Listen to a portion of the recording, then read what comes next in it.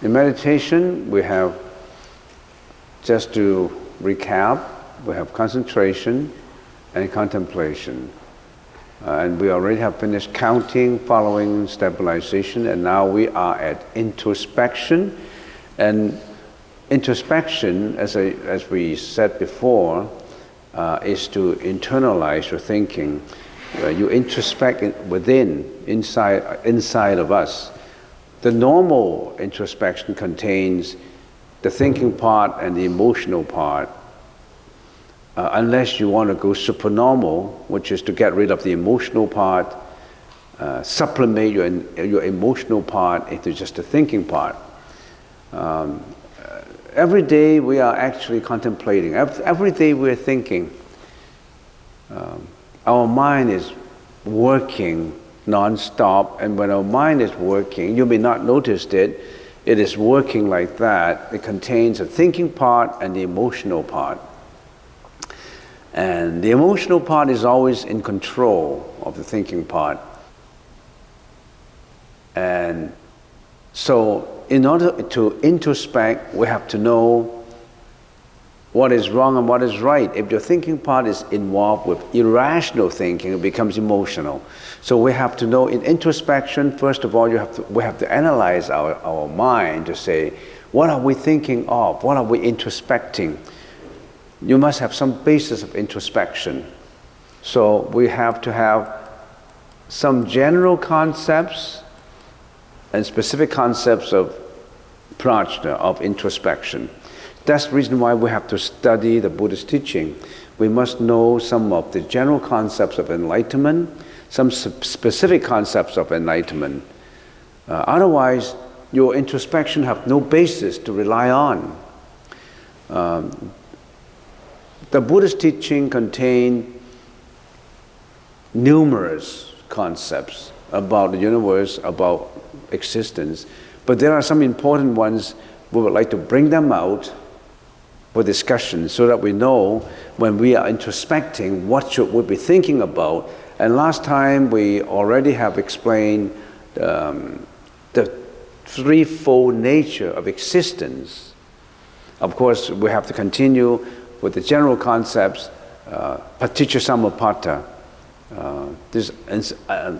Some people translated it antecedental concurrence or antecedental dependent concurrence. Antecedental means one happened after another. Logically, one circumstance happened before another circumstance, and that's antecedental. Dependent means the fact that it happens depends on many, many conditions, depend on conditions that are necessary for it to happen. Concurrence is simultaneously is doing that, naturally is doing that without you noticing it. So these we'll have to explain, and we already have explained. These are the general concepts that we have to contemplate all the time, so that your introspection is on the right basis.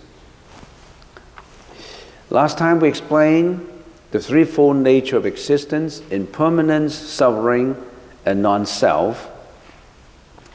And I think we explained that in detail. We call it the threefold nature of existence. But then, some people may think impermanence, suffering, and non-self. Isn't that sad? Isn't that pessimistic? That's the facts of life. Impermanence, suffering. Impermanence brings with its concomitants sufferings. A lot of things related to impermanence give rise to suffering. We call those concomitants with impermanence. Like, for example, impermanent. Our life is impermanent. A relationship is impermanent. A marriage is impermanent. Sometimes the business is impermanent. Prosperity is impermanent. Everything is impermanent. So that's the reason why we say impermanence brings with this concomitants, whatever related to it. sufferings. So that's what we have, suffering, dukkha. And because of impermanence, because of suffering, that brings us unhappiness. We're not happy. We're not happy because of impermanence and suffering. It's just like what will happen now. There were one of us in here meditating this morning, and all of a sudden it's impermanent. All of a sudden she just collapsed, a seizure, whatever you call it, and then everything changed. And then she has to go to the hospital. And that happened to everybody. Is it possible that everybody lower your legs on the floor so that we lower your legs on the floor is easy to that, doing that way? Yeah. So we explain what is non-self. We explain non-self is very difficult to understand, but I explain it in terms of subjective and objective experiences, in terms of personalization, or people not just personalize, we egotize. But then, the Buddhist teaching, when we say explain the world, is not just pessimistic. If everything is pessimistic, that means there's no changes, which is just contrary to the concept of impermanence. If everything is impermanent, everything is suffering, everything is no self, then there's no chance, no hope. Everything is going in an adverse condition. But it is not like that. It is because of impermanence, because of suffering, because of non-self, we have a chance. And we call it the fourfold nature of existence. Yes, we have impermanence. Yes, we have no self. Yes, we have suffering. But the Buddha pointed out to us that we can arrive at a transcendent state in which there is neither suffering, desire, no desire, no suffering, no delusion of self. The subject is liberated from the effects of karma and the cycle of death, of death and rebirth. At that time, there's no emotions, only a peaceful, blissful mind. We are at the stage of equanimity. We are at the stage of, if you want to call it eternity, eternal bliss, eternal happiness, where there's no more bondage of life and death, no more reincarnation. So there's always hope. If hope has no change, that means there's always no hope. But hopelessness can be turned into hopefulness. So the Buddha said, yes, but that is nirvana, parinirvana. There's hope in everything. You think it's pessimistic? It's very optimistic. It's because of impermanence, because of non-self, because of suffering, that we want to get out from there. We want to get out from these three bad characteristics, or miserable characteristics of samsara. So the fourfold nature of existence. Now then these are the concepts that should always be in our mind when we are introspecting. We know that everything is impermanent, suffering, dukkha, and then we're working towards nirvana. We're working towards parinirvana. So these are the general concepts that you always have to cultivate. You always have to internalize it. You always have to think about it. This is what the Buddha said. Train your mind to conceptualize these factual characteristics of the nature of existence. Don't forget about these. And then there's another very important general concept, paticca samuppada. Paticca samuppada is one of the most important concepts in the Buddhist teaching. If you don't understand this concept, you don't understand life. Remember, paticca samuppada is a concept of the Theravada school. They strongly emphasize on understanding it. If you don't understand paticca samuppada, then you don't know life. When you don't know life, how can you internalize it? How can you introspect? So you have to understand what life is all about. So this is called Paticca Samuppada. Try to remember the Paticca Samuppada is a Pali word. Pali and Sanskrit are more or less quite similar, but try to remember Paticca Samuppada. They have songs sung about it. Now, if we translate it into, many translators translated Paticca Samuppada into dependent origination of life. But many modern translators and many enlightened monks, they said that the translation may not be accurate. And for example, Bhattain Punnaji, they translated as antecedental concurrence. And I personally put in dependent because all these dependent on the necessary conditions. Things happen only with the fulfillment of all the necessary conditions. So let's start with this Paticca Samuppada. And maybe we can sing about it later. We have a song, a very beautiful song sung. The translation, what does antecedental mean? That means one circumstance happened before another circumstance, logically. One happened after another. Dependent on the necessary conditions. If there's no necessary conditions, it won't come out, it won't happen. Concurrence, that means somehow it happens simultaneously. It occurs simultaneously. Now let's start with this 12. Some people call it the 12 chains of dependent origination about life. What is avidya? Let's start with avidya. I got it in red. Let's do it very slowly so that you understand exactly what it means. Avidya. Avidya is a Pali word, and most people translate it as ignorant. But ignorant is not a good translation. It's actually, as Bhattain Punnaji pointed out, it's unconscious. Mental unconsciousness. You're not conscious. Now, let us do it by example. A baby is conceived in the mother's womb, right? Let's start with a baby. We started from being a baby, right? A baby is conceived in the mother's womb.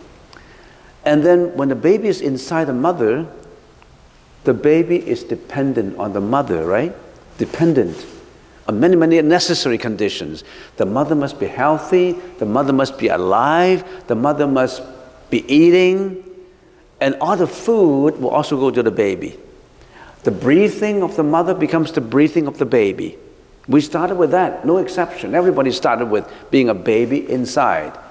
And we connected to a tube, and then we have all the nutritions, the baby have all the nutritions, and even emotionally, the baby it's related, dependent on the mother's emotions. That's the reason why we always advise the conceived mother to be happy, to be kind, to be compassionate, to be helpful, so that the baby starts to learn right at the embryo, not outside. Learning inside is very important. The 10 months of learning is inside. Avidya. What is avidya? We can call it, translate it as mental unconsciousness. The baby cannot think. So, okay, let's take another step. The second step is, all right, the baby matures. The baby comes out. The baby comes out now. When the baby comes out, the baby does not know what's going on. The baby is unconscious. It just happened to the baby. Do you know what is going on? When you're being born, you don't know what's going on. It just happened to you. It just happened to you. That is occurrence, concurrence. That means happening to you without your control. Can the baby say, I don't want to be born? Can the baby say that? Can the baby say, okay, I don't want to be in this hospital? You are mentally, you don't have any thinking at all. You don't even have learning. You don't know what's surrounding you. You don't know any names. You don't know even the mother's name. You don't know what's a mother, what is a father. You know nothing. And some people translate as ignorance, because you know nothing. Then people translate as ignorant, which is not bad. I mean, still, we're ignorance, right? You think the baby is not ignorant? You mean the baby, when the baby is born, the baby is talented? He can sing a song right away? It becomes weird. If the baby come out and sing a song, it becomes weird. So the baby is mentally unconscious. The baby is ignorant. And avidya, what is avidya? The Pali word avidya means mentally unconscious. No thinking, nothing. It's nothing.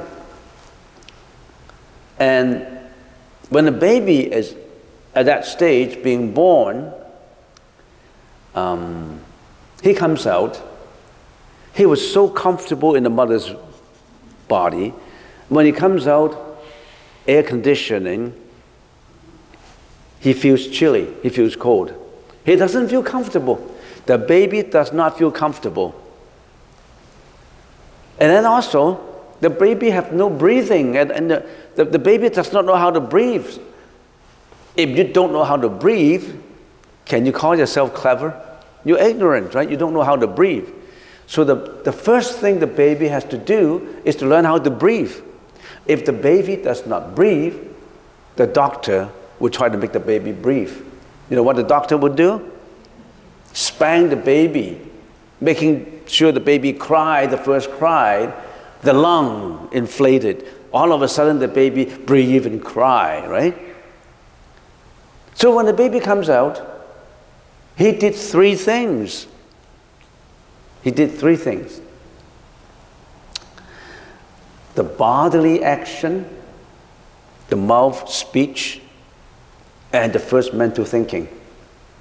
What's the first physical bodily action the baby did? The body. He's struggling. He's trying to breathe, right? He's trying to breathe. The first breath of the baby is what we call Sankara. He has to breathe.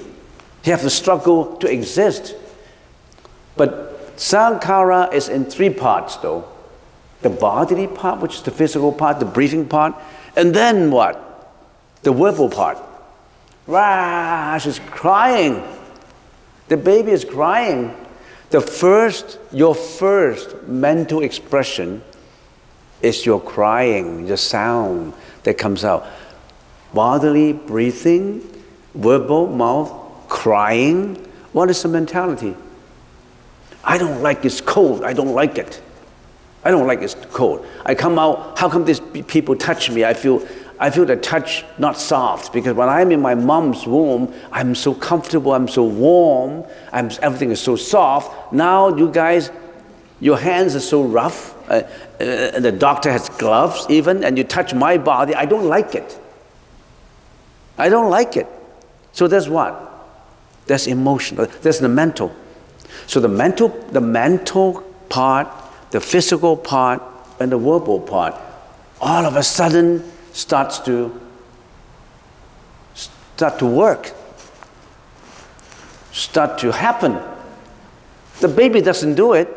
You think the baby deliberately do the crying, deliberately do the breathing, deliberately do the mental thinking? No. It just happened without control. Everything happened to you without you controlling it. You're not controlling yourself. You're not under your own, you're not the master of yourself. From hospital to grave, you're not the master of yourself. You don't have any existence. You only struggle to exist. You think you have an existence? No. We only struggle to exist. You may not know about it, but after you have thoroughly understand Paticca Samuppada, you know you don't exist. Avijja would lead to sankhara. Sankhara is grieving, crying, emotional disliking. There's sankhara. And then the baby started to have what? Started to have a little bit of sensation and feeling. The baby is alive, right? And what is the next one? Vijnana. Vijnana is perception. It's perception. What is perception? The baby have eyes. The baby have ears. The baby have nose. The baby have touch, have the whole body. The baby have the organs inside working, interacting with each other. And the baby have the mind, have the brain to think about something. So the baby have senses, right? When the baby have senses, the baby started to use the senses.